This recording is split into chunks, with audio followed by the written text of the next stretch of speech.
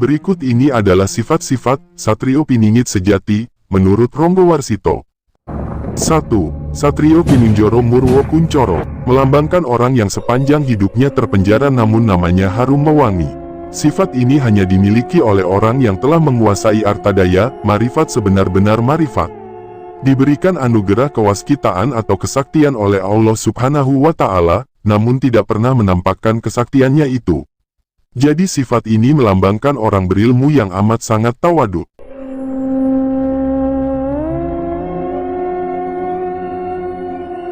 2. Satrio Mukti Wibowo Kesandung Kesampar, melambangkan orang yang kaya akan ilmu dan berwibawa, namun hidupnya kesandung kesampar, artinya penderitaan dan pengorbanan telah menjadi teman hidupnya yang setia. Tidak terkecuali fitnah dan caci maki selalu menyertainya. Semua itu dihadapinya dengan penuh kesabaran, ikhlas dan tawakal.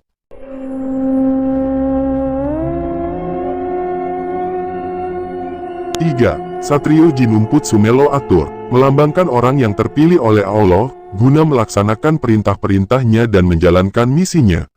Hal ini dibuktikan dengan pemberian anugerahnya berupa ilmu laduni kepada orang tersebut. 4. Satrio Lelono Topo Ngerame, melambangkan orang yang sepanjang hidupnya melakukan perjalanan spiritual dengan melakukan tasawuf, atau tapani ngaurip. Bersikap zuhud dan selalu membantu atau tertulung kepada orang-orang yang dirundung kesulitan dan kesusahan dalam hidupnya. 5. Satrio Hamong Tuwu, melambangkan orang yang memiliki dan membawa karisma leluhur suci serta memiliki tuah, karena itu selalu mendapatkan pengayoman dan petunjuk dari Allah Subhanahu wa Ta'ala. Dalam budaya Jawa orang tersebut biasanya ditandai dengan wasilah memegang pusaka tertentu sebagai perlambangnya.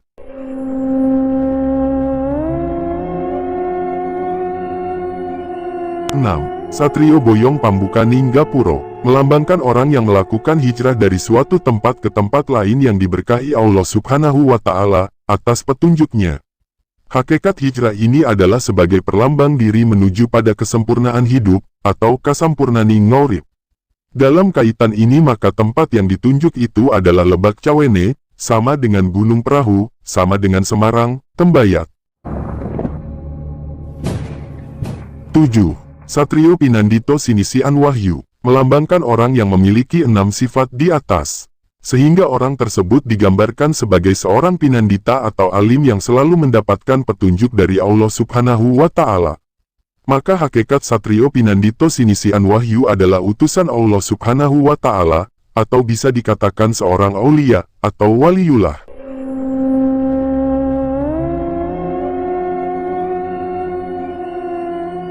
Serat Kalatida Ronggowarsito, guna memperlengkapi wacana kita tentang sifat dan karakter Satrio Piningit yang telah diurai di atas, ada baiknya kita cermati pula Serat Kalatida karya Ronggowarsito, yang tertuang dalam Serat Centini Jilid 4 karya Susuhunan Pakubuwono V pada pupuh 257 dan 258. Kutipan berikut ini menggambarkan situasi zaman yang terjadi dan akhirnya muncul sang Satrio yang dinanti. 1. Pupuh 257 dalam tembang 28 hingga 44. Wong agunge pada jail kurang tutur, marma jeng pamasa, tanpa para marteng dasi, dene datan ana wahyu kang sanyata. Para pemimpinnya berhati jahil, bicaranya ngawur, tidak bisa dipercaya dan tidak ada wahyu yang sejati. Kewahyuning iblis lanat kang tamurun, apangling kang jalma, dunrunu salin sumalin, wong wadon kang sirna wiwirangira. Wahyu yang turun adalah wahyu dari iblis dan sulit bagi kita untuk membedakannya, para wanitanya banyak yang kehilangan rasa malu.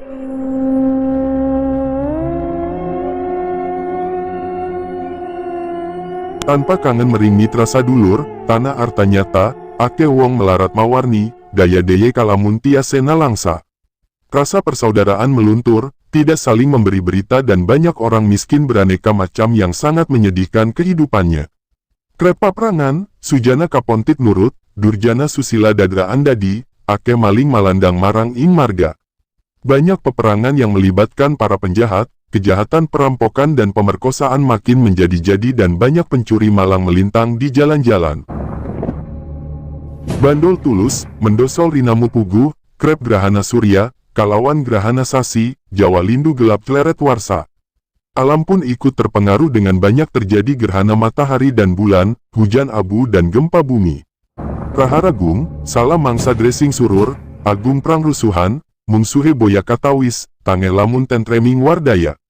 Angin ribut dan salah musim, banyak terjadi kerusuhan seperti perang yang tidak ketahuan mana musuhnya yang menyebabkan tidak mungkin ada rasa tenteram di hati. Dala jading praja kawurian wus suwung, lebur pangretata, karena tanpa palupi, panwus tilar silastuti titi tata. Kewibawaan negara tidak ada lagi, semua tata tertib, keamanan, dan aturan telah ditinggalkan. Prasujana, sarjana satemah kelu, klulun kalatida, tidem tandaning dumadi, hardayengrat dening karoban rubeda. Para penjahat maupun para pemimpin tidak sadar apa yang diperbuat dan selalu menimbulkan masalah atau kesulitan. Sitipati, Nare Prabu Utamestu, Papati Nindita, Pranayaka Tias Basuki, Panekare becik-becik cakrak-cakrak. Para pemimpin mengatakan seolah-olah bahwa semua berjalan dengan baik, padahal hanya sekedar menutupi keadaan yang jelek.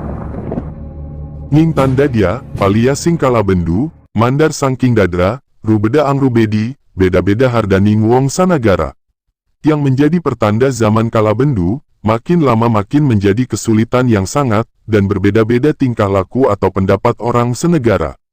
Kata tangi sing mardawa lagu, wilet tais dukita, kataman ring rewirangi, dening angupaya sandi samurana. Disertai dengan tangis dan kedukaan yang mendalam, walaupun kemungkinan dicemooh, mencoba untuk melihat tanda-tanda yang tersembunyi dalam peristiwa ini.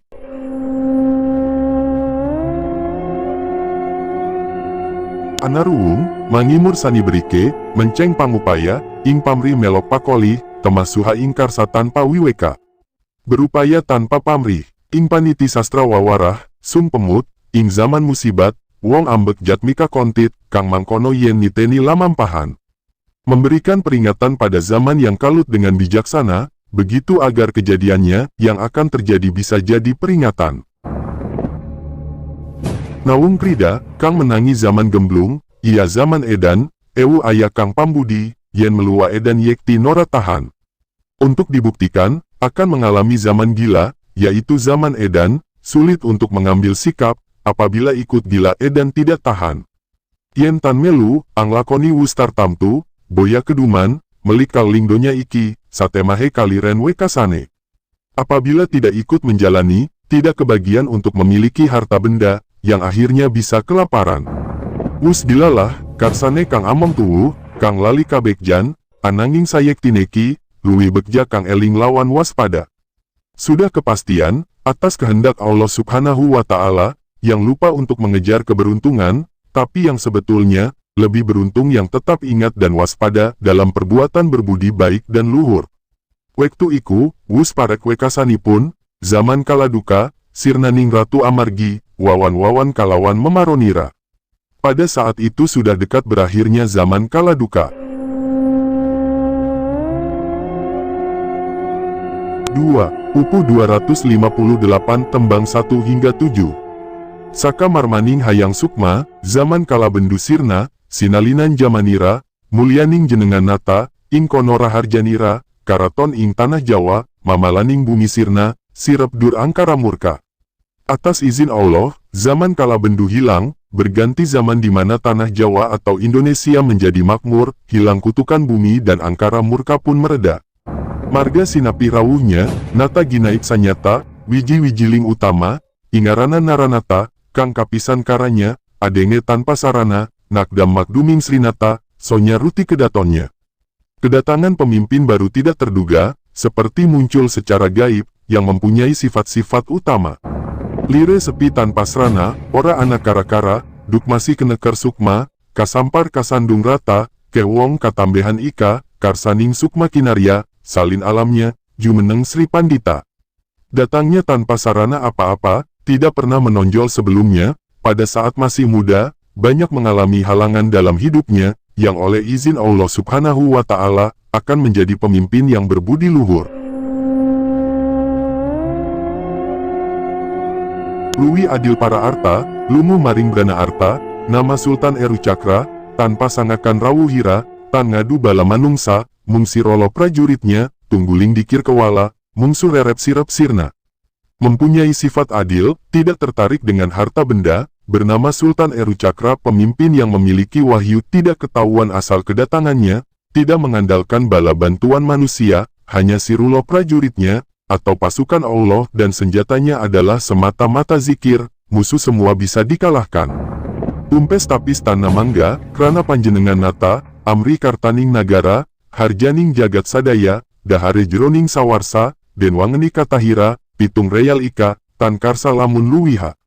Semua musuhnya dimusnahkan oleh sang pemimpin demi kesejahteraan negara, dan kemakmuran semuanya, hidupnya sederhana, tidak mau melebihi penghasilan yang diterima. Bumi sakjung pajegira, amung sadinar sawarsa, sawa sewu pametunya, suwang ing dalam sadina, wus resik nir apa-apa, marmaning wong cilik samya, ayam enake taisira, dene murah sandang teda. Pajak orang kecil sangat rendah nilainya, orang kecil hidup tentram, murah sandang dan pangan.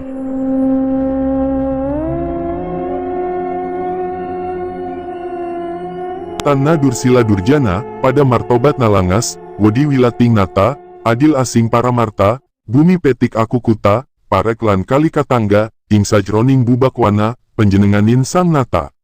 Tidak ada penjahat, semuanya sudah bertobat, takut dengan kewibawaan sang pemimpin yang sangat adil dan bijaksana.